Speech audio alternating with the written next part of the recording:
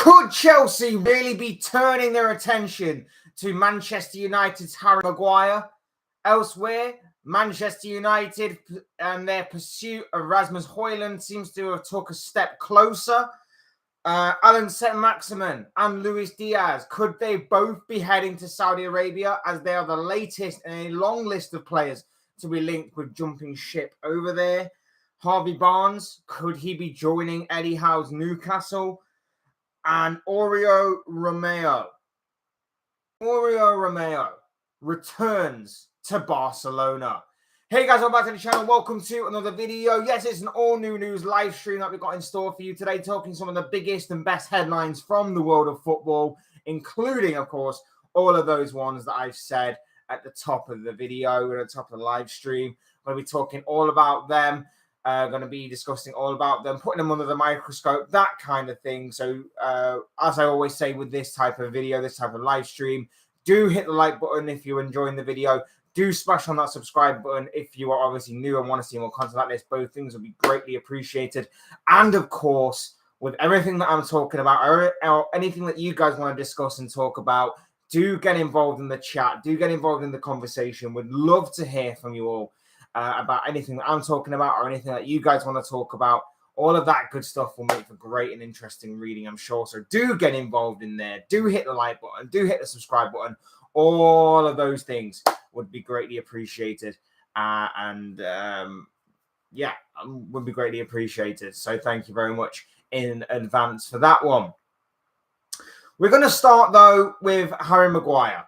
This was a story that was buzzing around the world of football yesterday. An interesting one at that, involving the now former Manchester United captain, of course. Maguire's had a bit of a tricky summer to kind of coincide with, obviously, his tricky career path at Manchester United so far, in which, obviously, he hasn't quite hit the level of expectation and the heights that many people were expecting following his big money move from Leicester several years ago. This summer, of course, has seen Erik ten Hag go in discussions with Maguire, in which he has relieved the captaincy duties off of the England defender, and in many ways is trying to kind of move him on to another club. He said that he's open to keeping him as a backup and as a last resort, but would rather him move on for not only the good of his career, but for the benefit of, obviously, Manchester United as well.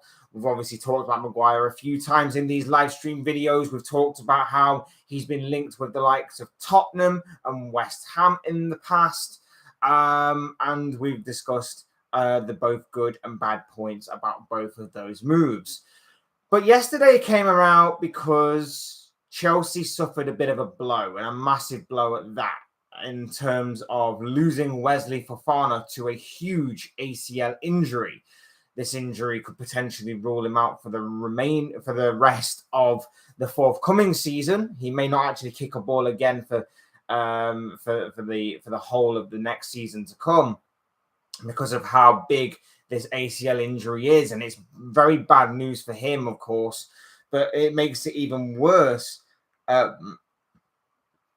fact that, obviously, this isn't the first injury of this sort of nature to have occurred to Wesley Fofana in his career. This happened in pre-season a few years ago, when, of course, he was playing for Leicester, and it really impacted Leicester and, of course, him going forward. This happening again is such bad luck for the young defender, and we obviously wish him a speedy recovery and hope that, obviously, he can get back to doing what he does best and playing football on a regular basis very soon. But, of course, in the world of football, you have to move on. Chelsea are moving on, and, you know, there are a couple of things that will have a knock-on effect on this. Fofana's injury will obviously maybe increase the importance and the playing time of Levi Colwill. That could obviously occur for that youngster as well. He's obviously been linked with Brighton and Liverpool, amongst a couple of clubs, as a possible move. And we've discussed him previously as well. We've talked about how if there's even an inkling of him wanting to leave Chelsea, Liverpool will go in and pursue the young defender.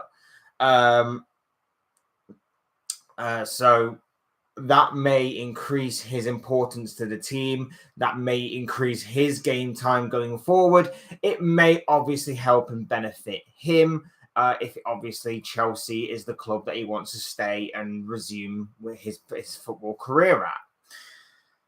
But what came around yesterday was interesting reports linking Harry Maguire to a move to Stamford Bridge. Now, it doesn't seem that crazy when you put a bit of context to it. Harry Maguire was once admired by Mauricio Pochettino, who of course is the new Chelsea manager, when Pochettino was the manager of Spurs. Maguire was playing for Leicester at the time. Pochettino has gone on record time and time again. It's been also stated time and time again that Pochettino was a big fan of his when he was at Leicester and wanted him when he was a Tottenham manager. So that doesn't necessarily surprise me. But is he the right fit? Is he the right fit from Pochettino's side that likes to be attacking, that likes to be on the front foot, that likes to do high press, high intensity? I'm not so sure. But he must have some good qualities in him that makes him a Pochettino-like signing, right? I don't personally get this one. I don't see it being a good enough fit, but it must be because Pochettino is not an idiot. Pochettino is not an idiot to the point where he's buying square pegs for round holes. He's not an idiot where he's buying the complete wrong type of player to match his system, surely. But I don't see how he fits in when every time he goes above the halfway line, he gets a nosebleed. He panics. He's slow in terms of his speed and he's slow in terms of his time to react. He doesn't fit a high line, high pressing system. That's not what Maguire's game is. He fits a more low block system, a more counter-attacking system, an Aston Villa, a West Ham, an Everton, for example. He fits more of that kind of mold and that kind of tactical philosophy. I don't understand Maguire going to Chelsea in this instance, simply for the reason that, again, it's about how they set up, how they play. I don't think it suits Maguire the way that a West Ham would, the way that an Everton would, the way that an Aston Villa certainly would. I just don't personally get this one. That leads me to think, is there any legitimacy and truth to these rumors? Is it just convenience? Is it just journalists and things have seen the news about Fofana? They've seen that he's obviously going to be out for a long period of time due to this huge injury that he's just picked up. Is it just a matter of convenience that the media, journalists have basically gone, oh, there could be a good story here? They've linked the fact that Pochettino was interested in Maguire previously. They've linked that a centre-back injury is a void that needs filling. They've linked that Maguire is not exactly a top priority at Manchester United and has been talked about and has had speculation snowballing about him throughout the course of the transfer window so far. Is this just a story of convenience, or is there actually some legitimacy and some truth behind it? I'd be very interested to know what the case is here. For me, like I say, I don't personally see it being a good fit. And I think there are probably better, I know there are better defenders out there than Harry Maguire that would be a better fit for Chelsea going forward. But it's another blow for Chelsea in terms of obviously the injury suffered to Fofana. And it may be good news for Colwill in a bittersweet sort of way, because obviously that would mean he may get bumped up the pecking order a little bit. Obviously, there's a lot of talk surrounding him, maybe a move away from Stamford Bridge. Maybe he's going to be staying at Stamford Bridge. Obviously, he's highly rated, highly sought of, and has got a big future ahead of him. But for Fofana, for Chelsea, it's another massive blow for both of them. And it's a massive blow for Fofana, who again would miss out on another season of development and another season of obviously progression in his footballing career. It's another big blow for Chelsea, who have now got to pick up another player from somewhere after, I mean, they've let so many go in this transfer window. Obviously, losing another one is big for them. But yeah, like it's another area they've got to now beef up and improve upon. Will they be able to do it? Will they pick up the? I know they have the money to do so. Let's face it, they've sold a lot of players this summer to be able to get it, and Todd Bowley's pumping a lot of money into this ambitious project of his. Will they be able to do it? Will they go out and get another defender? And will it be Maguire or will it be someone else? In my opinion, it should be someone else. But like I say, as a story of convenience in terms of a player that Pochettino has admired for a long time, in terms of a convenient story, in terms of a player that Manchester United want to get rid of, it is very convenient that this story comes around straight after a defender at Chelsea suffers a big injury. So we'll wait and see if there's any development on this story. I don't see it being a good fit, but I'd love to know what you guys think in the chat, in the comment section about this whole Wesley Fofana injury, and of course the rumored interest of Chelsea in one Harry Maguire. Very intriguing, all on that part. What is next? Let's talk. Whilst we're on the subject of Manchester United, let's talk Rasmus Højlund. David Ornstein come up with a very interesting piece yesterday in regards to Ornstein, in which he basically backed up what Romano was saying about Højlund and his move to Manchester United. He says, Man United have agreed outlined personal terms for Rasmus Højlund, gap in club valuation, so will take time, but talks to continue over deal. PSG also pursuing Man United in parallel dialogue on Kolo Muani and others, according to The Athletic, after Fabrizio Romano.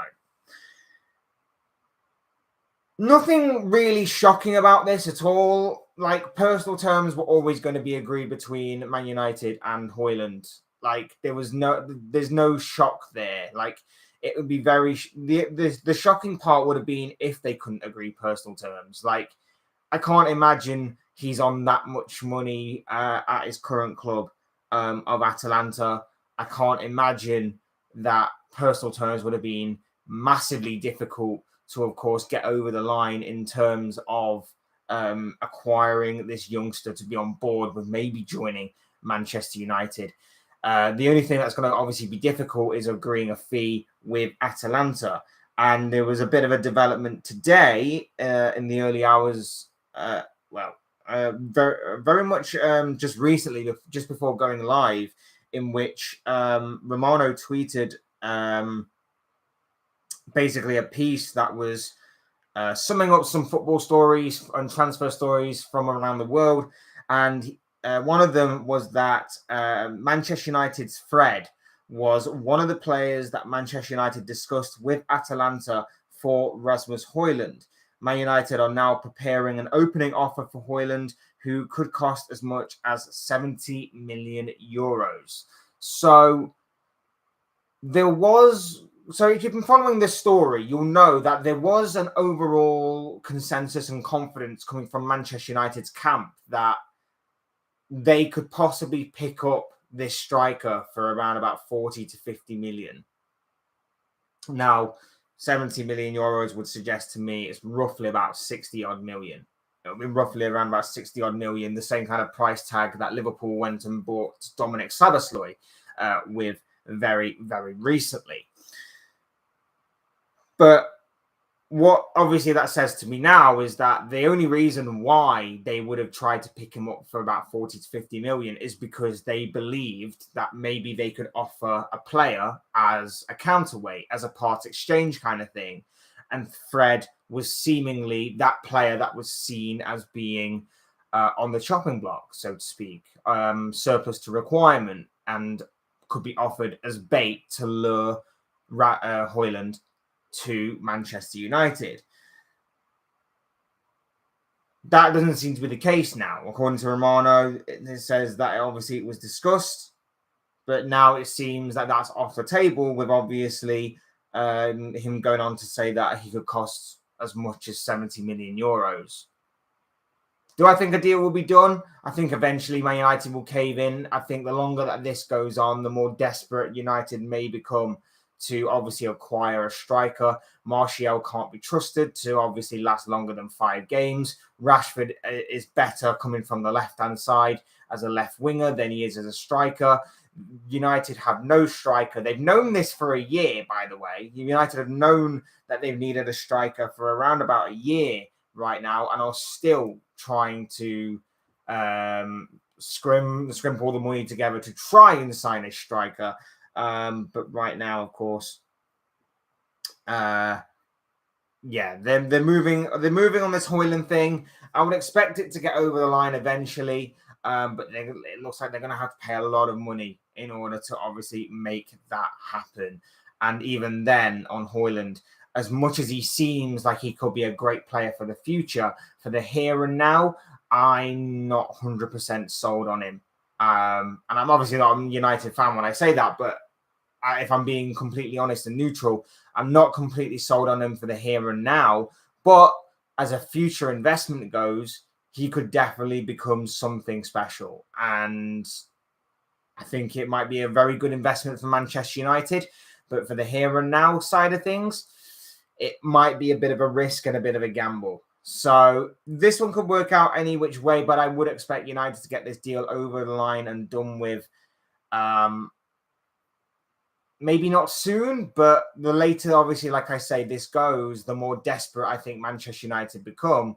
And then obviously they end up caving into Atalanta's demand. Remember, Atalanta pretty much hold all the cards in this kind of negotiation. So the ball is really in United's court to obviously make a move with it. But we'll wait and see, obviously, on this one, if this is to obviously be pursued any further. Like I say, I like the look of Højlund. I've seen him a few times. I've read up about him and researched him a lot since obviously this news broke, and I did a video and I went on to do the video on him after that research and stuff. So do go back and check out that video if you haven't already. And obviously, if you want to see more of my thoughts and comments and opinions on this guy. But like I say, very much one for the future. For the here and now, it is a bit of a gamble. But he could definitely be a very good long-term investment for Manchester United to put their hopes on for obviously that long-term future. So we'll wait and see, obviously, if anything does develop with him. But I would suspect that it would. I'd suspect it would. Next, moving on to a bit of a collateral story in terms of Newcastle. Could it be one winger in and one winger out as far as they're concerned? Allan Maximin.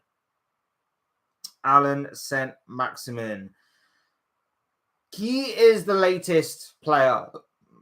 He is the latest player to be linked with a move to Saudi Arabia. Now, Eddie Howe was talking about Maximin yesterday, in which he said that talks are on with Maximin. With FFP, we have to trade. Otherwise, we would be stuck this summer. I don't want to lose him. FFP forces it to a degree. It looks like it will happen. Sometimes these things have to happen for a club to grow. And it's Al-Ali who are on the march and on the case here. Now, it's interesting we talk about Al-Ali because we talked about them in recent days pursuing Riyad Mahrez of Manchester City, of course. And today, Romano took social media to tweet, breaking on Allan Maximin. Al-Ali have submitted an official bid for Allan Maximin as Newcastle are now open to let him go. Proposal around about 25 million euros. Newcastle want more, but parties are getting closer to reaching an agreement. And he goes on to tweet the quote that Eddie Howe said yesterday about how FFP is basically forcing Newcastle to trade to obviously keep up with the books and everything. And then also goes on to state that Newcastle are also confident to sign Harvey Barnes from Leicester right after selling Allan Maximin. Now, it does obviously make sense, like, as far as what Newcastle's squad is concerned, the one that you could possibly let go and the one that will bring in the most money is obviously going to be Allan Maximin. Like, he has been a standout player and a star player for Newcastle in recent years. But obviously, with Newcastle growing, it's time for them to evolve. And with that, obviously, has to come a big sacrifice. And St. Maximin is going to be that big sacrifice until they can obviously reach a financial point where they're bringing in as much money as they are spending it. So there has to be a bit of a sacrifice there. And it does seem like St. Maximin is going to be a bit of a sacrificial lamb to obviously help the club grow into what they hope they will become in years' time. It's bittersweet in a way, but if it obviously does all work out, it'll be worth it in the long run. I'm sure it's not great on St. Maximin's part, but at the same time, let's face it, he's going to go to Saudi Arabia and he's going to get a hell of a lot of money. So it's not like he's going to be worried about it or upset about it for too long. He'll be happy with the move, I guess. He'll be looking forward to obviously trying out a different culture, a different league, and of course, that huge wage packet. And if you want to believe Cristiano Ronaldo, he'll be going over there for Cristiano Ronaldo. We'll just throw that out there. It's obviously not the case. It's obviously not the case. I still can't believe he said that. I still can't believe that he is that narcissistic that he said that. Absolutely bizarre. But no, the move will obviously get done. Newcastle need to sell, and that is obviously going to be the case. And I like how they say that they're going to need to sell, and then they instantly go out and buy a replacement. So does that mean they need to sell more? I'm not so sure. I don't get it. I don't personally get it. But yes, on the Harvey Barnes thing, we've obviously talked about Harvey Barnes a fair amount during these stories and these streams as well, and we've talked about how he's been linked with a number of Premier League clubs. He's Premier League proven. He's direct. He's quick. He's skillful. He's got a bit of flair about him, and of course scores, chips in with a few goals here and there and a few key assists as well. And he had a pretty decent season as far as what an individual season goes for Leicester last season. It's just a shame that the rest of his teammates were obviously not up to the task. As far as what he's concerned, adds depth, adds quality to this Newcastle side. I'd say in some cases, as far as consistency goes, I think he's a bit of an upgrade on St. Maximin, in all honesty. Now, don't get me wrong, I like St. Maximin. I like what he brings to the squad. I like his pace. I like his trickery. I like his flair. I like all that. He's a player that does excite me, but he is frustrating at the best of times. He is a player that has a very inconsistent final product in terms of his crossing or his shooting or his passing sometimes. He is very inconsistent when it comes to that. Barnes is fairly more consistent and offers a lot more of a direct approach to his game. It'll be interesting to see how he slots in. And of course, he benefits Newcastle because he's English and he's homegrown. So the homegrown quota of squad registration will obviously be benefited from Barnes' arrival should it happen, which with everything that you're hearing is pretty much going to happen and is pretty much looking to be heading that way right now. Just on the Harvey Barnes thing, it says that Ben Jacobs talked to Twitter yesterday to say that he understands an agreement between Newcastle and Leicester for Harvey Barnes is now not far off. Talks positive, with a fee in excess of £35 million being discussed. Now, I don't necessarily agree with in excess of 35 million, but I still think it is a very good signing for Newcastle nonetheless. That adds, like I say, depth and quality to a squad that is going to need it in those areas going forward. And especially when you consider that there's Champions League football that is going to be returning to St. James's Park next season. It is going to be it's going to be an interesting season as far as what Newcastle are concerned. Like I say, does more, I think, needs to happen in terms of improving and beefing up that Newcastle squad. But like I say, if FFP is coming down on them hard, it might be something that they need to really look at and really need to discuss going forward. So we'll wait and see, obviously, what happens with Newcastle going forward. But it could be very interesting to watch the Magpies develop and progress over the course of this summer. Luis Diaz.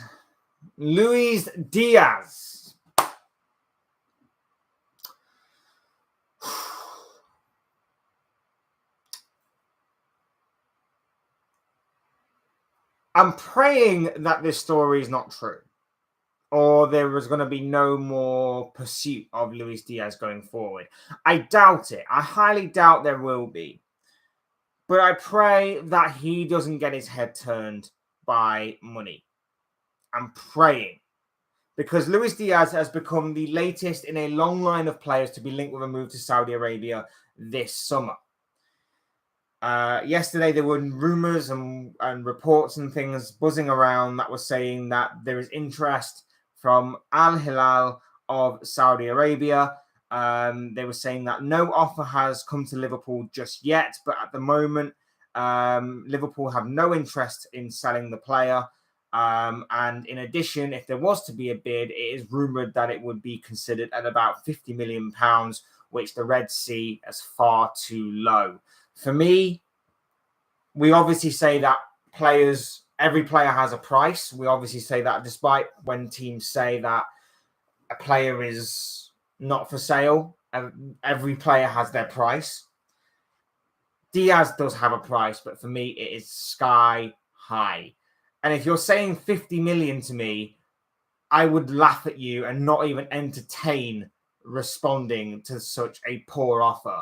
If you're offering 40 million for Fabinho, how on God's earth, well, I know it's not the same team, but if you're still offering 40 million for Fabinho, Luis Diaz is probably worth quadruple that amount. Like, it's bizarre to me.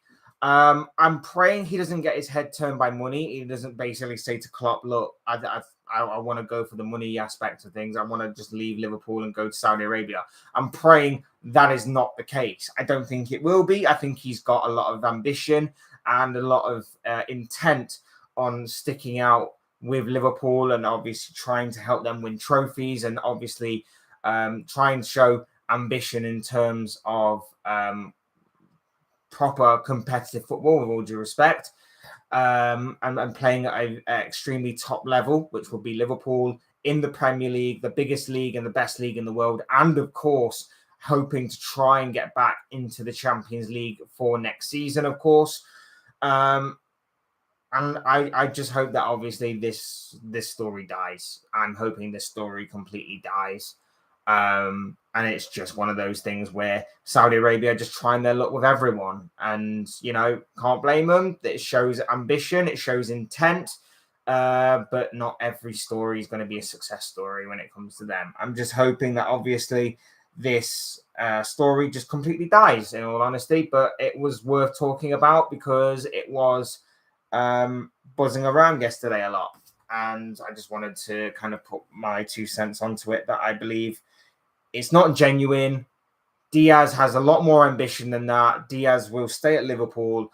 And like I say, even though we always say that player isn't for sale, everybody has their price. And if a massive, monumental, groundbreaking, earth-shattering deal was to come in for him, then I'd say maybe we should consider it whilst we still have the opportunity to do so. But you know what? Diaz is phenomenal. I'm predicting a big season for the Colombian winger. I'm hoping that his injuries are all behind him and he can get back on the field and doing what he does best and being incredible like he was when he first came to the club, I'm hoping that that is the case. I'm hoping that Diaz can pick up where he left off from obviously those injuries of last season. So, yeah, that's all I'll say on that one. And we're hoping that's the last we speak of Luis Diaz in terms of a transfer story linking him with a move away from Liverpool and Anfield. So, yeah, simple as that, really. I spoke about it. We're not going to be speaking about Luis Diaz again. Got it? Got it? Good. Good. Yeah, moving on. Final story. Oriol Romeo. Now, this one sort of came out the blue for me. Maybe I wasn't paying attention enough, or maybe this one actually did come out the blue. But his move to Barcelona is done, dusted, and official. He has moved to Barcelona. He is the third arrival at the, well, I was going to say the Camp Nou, but that's been knocked down now, hasn't it? He's the third arrival at Barcelona, following obviously the arrivals of Ilkay Gundogan and Inigo Martinez.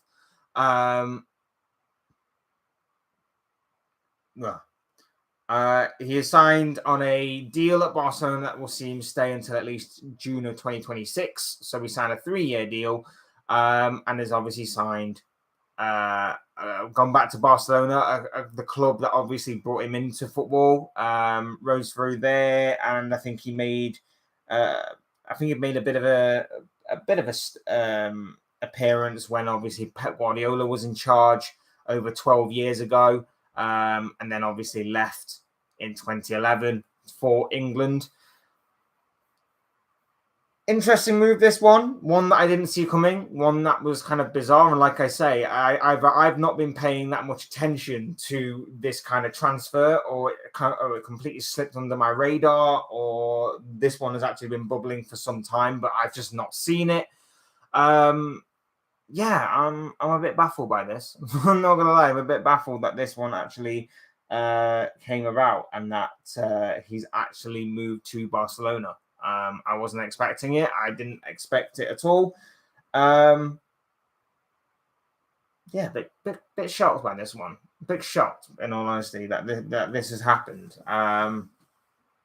Like I say, is this just on me, or is this on or is this just one of those quiet transfers that just happened behind the scenes kind of thing, and no one really picked up on it? Either way, interesting one. Obviously, Barcelona going through money issues, so it'll be interesting to see how they try and balance this one. There was also the interesting story yesterday about how João Felix basically did a come and get me sort of plea to Barcelona, saying that he would love to play for Barcelona. Which was interesting because obviously before he moved to Atletico, I believe Barcelona were interested in signing him then. So interesting that one, that he didn't go there at that time and he went to Atletico instead. But yeah, very interesting stuff for Barcelona going forward. It'll be interesting to see what they do next. Obviously, they're the kind of team where every player is seemingly up for sale, and it will be interesting to see what happens with certain players there. We've still got the Frankie de Jong stuff, which may be up in the air. There might be a few other players as well that are kind of sweating over their positions at that club. So this one was definitely interesting. But what we do know is that Oriol Romeo will be a Barcelona player, and now he just needs to get through the squad registration stages. And we all know how difficult that can be if you're Barcelona. So we'll wait and see. Obviously, on that one, like I say, this one kind of slipped under my radar a little bit. Did not expect to see this one. Bit shocked when obviously I heard the news of this happening. Bit of a bizarre one to be honest with you. But a player that is quite versatile. Is a solid enough defensive midfielder who can also play as a bit of a centre back as well. So it could fit in with Barcelona there in terms of a versatility aspect. And yeah, adds depth to their squad. So we'll wait and see, obviously, how this one pans out. But, of course, what we do know is that Romeo becomes a Barcelona player. So fair play, good luck to him. Right, I'm gonna end it there. I've talked about everything that I want to talk about this morning, so we are going to end it there.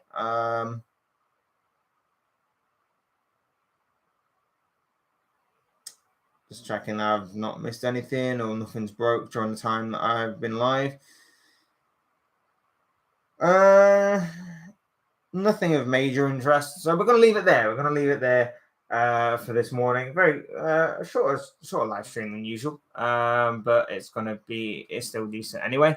Yeah, so as I always say, these are the thoughts, comments, opinions, predictions, feelings of this guy. I want to know what you guys think. What do you make of any of the stories that I've talked about in this video? What are your own thoughts, your comments, opinions, predictions, feelings, whatever you want to call it, on anything that I've talked about, or maybe anything that you guys want to talk about for a future video or a future live stream? Do drop it in the chat. Do drop it in the comment section down below. Would love to hear from you all in regards to this. Other than that, if you enjoyed the video, enjoy the live stream, do hit the like button on the way up. Enjoy the video.